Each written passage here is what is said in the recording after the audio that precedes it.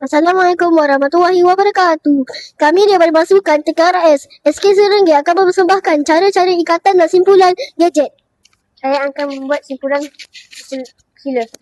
Pertama, silangkan tali kanan ke atas tali kiri. Kemudian silangkan tali kiri ke atas tali kanan. Kemudian tarik kedua-dua tali sehingga simpulan menjadi kemas. Simpulan ini digunakan untuk tali yang sama saiz. Simpulan ini kemas, kukuh dan mudah dibuka semula. Saya akan menunjukkan simpulan bunga keting. Pertama, buat satu gelung. Masukkan hujung tali yang satu lagi ke dalam gelung. Lilit pada tali utama. Masukkan hujung tali yang satu lagi ke dalam gelung. Tarik sehingga kemas. Ikatan ini kukuh dan senang untuk dibawa ke kemah. Saya akan menunjukkan ikatan manuk. Lilitkan tali pada batang kayu. Silangkan tali. Masukkan hujung tali ke dalam lilitan. Tarik sehingga tali mencekam batang kayu dan kemas.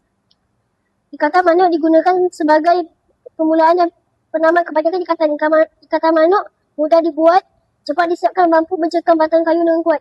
Saya akan menunjukkan ikatan silang. Mulakan dengan ikatan manuk.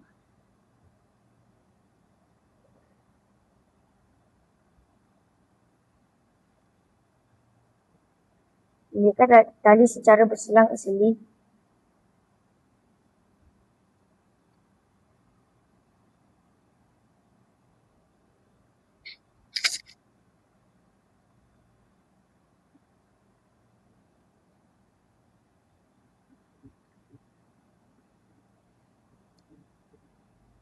Akhiri dengan ikatan manuk.